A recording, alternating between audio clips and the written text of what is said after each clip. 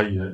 ये समय लाने के लिए सामने आए हैं मंगल देव, वो मंगल देव जो भगवान शिव के माथे के पसीने के रूप में जिनका जन्म हुआ है, और इसे ही हम भूमि पुत्र सेना अध्यक्ष मंगल कहते हैं।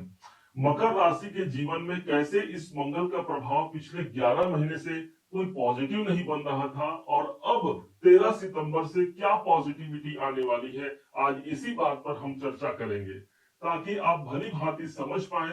इसलिए हम शुरू से ही शुरुआत करते हैं कि कहां पर क्या हुआ, अब क्या होने जा रहा है। सबसे पहले समझिएगा, यही 20 अक्टूबर सन 2024 को यही वो दिन था जिस दिन ठीक मकर राशि के सप्तम भाव पर मंगल नीच के प्रवेश किए थे। होना तो चाहिए एक अनुकूल स्थिति जहां पर ये अपने मित्र की राशि पर आए थे, परंतु स्वयं अग्नि तत्व के ग्रह हैं तो दूसरे तरफ जल तत्व की राशि पर उपस्थित थे। अर्थात जो उद्यम हमने किया है उसमें पानी फिर जाना, सब कुछ अच्छा था लेकिन उसमें पानी फिर जाना, फिर से वो प्रयास करने की प्रवृत्ति आती है, और यही मंगल देव वक्री अवस्था पर एक घर पीछे चले जाते हैं। अब ये कार्यकाल, ये समय चलता रहा तकरीबन 7 महीने। यूं तो मंगल का कार्यकाल 1.5 महीने में ही संपन्न हो जाना था ना, लेकिन उसके बाद भी 7 महीने का समय चला। अब अंततः आखिर एक परिवर्तनकारी डेट आता है पूरे 7 महीने के बाद, 6 जून सन 2025 को।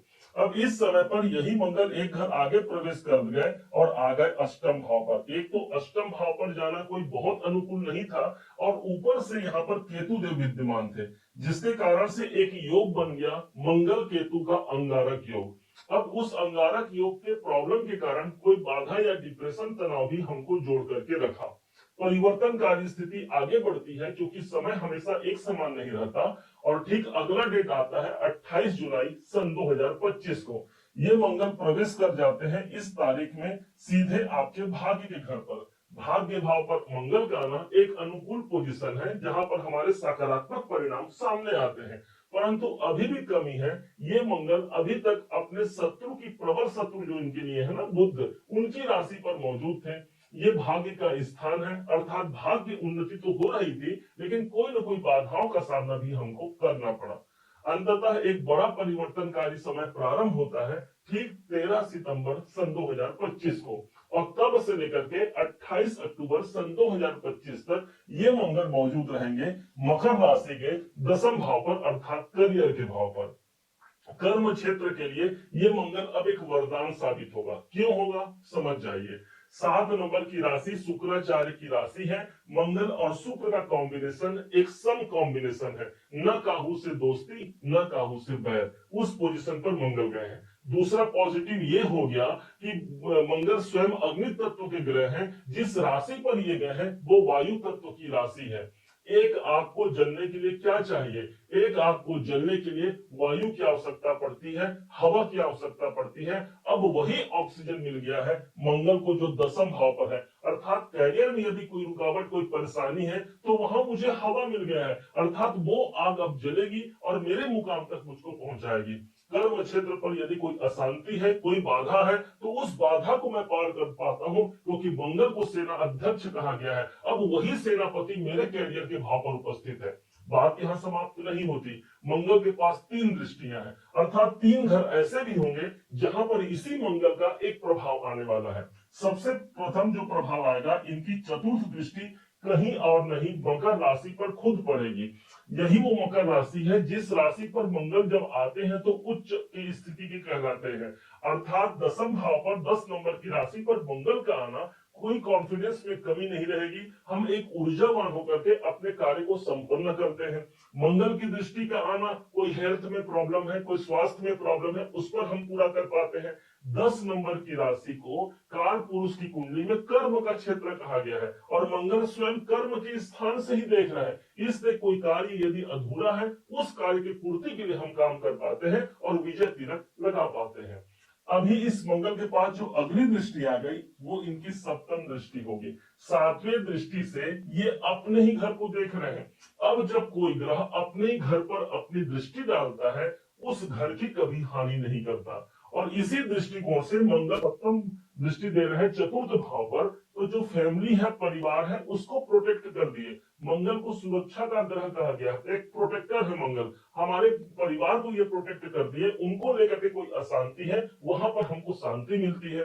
चतुर्थ भाव प्रॉपर्टी का है, मंगल को हम भूमि पुत्र कहते हैं, तो प्रॉपर्टी से जुड़े हुए कार्य करने के लिए एक पॉजिटिव सिचुएशन रहेगा। यदि कोई कोर्ट केस संबंधी काम चल रहा है प्रॉपर्टी को लेकर के, तो वहां भी एक सकारात्मक परिणाम इस समय पर मिलने की उम्मीद ज्यादा लगाई जा सकती है। हालांकि इस समय पर बहुत से लोग ऐसे भी होंगे जो जमीन खरीदना या बेचने का काम कर रहे हैं, जो उस क्षेत्र में अपना बिजनेस कर रहे हैं, वो भी अपने कार्य को आगे बढ़ा पाते हैं। अब इनके पास एक दृष्टि और बढ़ गई और वो है आठवीं दृष्टि। आठवीं दृष्टि जो मंगल के पास है, किसी और ग्रह के पास नहीं है, एकमात्र मंगल है जिनको आठवीं दृष्टि प्रदत्त है। अब यही प्रभाव आठवीं दृष्टि से ये देख रहे हैं सीधे पंचम भाव को। पंचम भाव अर्थात संतान से जुड़ी हुई कोई प्रॉब्लम हम फेस कर रहे हैं, उस प्रॉब्लम से ये हमको निजात देते हैं। कोई डिसीजन हम लेना चाहते हैं तो कर्म भाव से देख रहे हैं, मतलब उस डिसीजन पर हम आगे बढ़ते हैं। कोई रुकावट उस डिसीजन को लेकर के है तो उस रुकावट को हम पार करते हैं। कहीं से कोई सकारात्मक परिणाम आना है तो इस समय पर वो राहत की सांस हमको मिल गई है, वो सकारात्मक परिणाम हम तक पहुंच पाता है। शेयर मार्केट से जुड़ा हुआ यदि आप काम कर रहे हैं या ऑनलाइन संबंधी काम कर रहे हैं तो यहाँ पर भी एक सकारात्मक परिणाम से ये मंगल जोड़ जाता है। अब ये तो रही 28 अक्टूबर तक की बात। 28 अक्टूबर के बाद क्या होगा तो ध्यान दीजिएगा, जैसे 11 महीने इन्होंने अशांति दिया, तो अब आने वाला कम से कम 6 महीना एक पॉजिटिव सिचुएशन इस मंगल को मिलने जा रहा है। और कारण ये होगा कि इसके बाद दसम भाव के बाद एक घर आगे जाएंगे, अपने स्वयं के घर पर जाएंगे। भाई आपके सदैव के लिए मकर राशि के लिए लाभ के एकमात्र देवता हो गए वो है मंगल देव, और स्वयं लाभ के घर पर रहेंगे, अर्थात बड़े लाभ के दायरे हमारे बढ़ पाते हैं। यहाँ से फिर धनु राशि पर जाएंगे, 12वें घर पर अपने स्वयं के मित्र के स्थान पर रहेंगे। उसके बाद तो फिर भाई आपके अपने राशि पर ही मंगल का गोचर हो जाएगा उसके 1.5 महीने बाद। तो इस हिसाब से देखा जाए तो आगामी 6 महीना भी एक पॉजिटिव जो दायरा है, जहां तक हम पहुंचना चाहते हैं ये मंगल हमको पहुंचा जाते हैं। हनुमान जी की आराधना जरूर कीजिएगा। सुंदरकांड और बजरंग बाण साथ में हनुमान चालीसा का यदि आप पाठ करते हैं तो जो सकारात्मक परिणाम हमने आपको बताया है उस सकारात्मक परिणाम में कई गुना वृद्धि हो जाती है, क्योंकि यही वो लाल ग्रह है जिसे हम हनुमान जी से जोड़ते हैं। लाल देह लाली रसे अरुधरि लाल लंगूर, वज्र देह दानव दलन, जय जय जय कपिसूर। उम्मीद है आप सबने इसे समझा, आप सबने इसे जाना है। यदि आपने इसे समझा है, जाना है, मेरे समझाने का प्रयास यदि आपको सार्थक लगा हो, मेरे समझाने का तरीका यदि आपको सार्थक लगा हो, तो हर बार की भांति इस बार भी अपना प्यार भरा लाइक और कमेंट करना कभी मत भूलिएगा। और हाँ, यदि अभी तक आपने चैनल को सब्सक्राइब नहीं किया है, सब्सक्राइब जरूर कीजिएगा। पुनः एक बार फिर आप सभी का दिवस बहुत मंगलमय हो, इन्हीं शुभकामनाओं के साथ। जय श्री राम।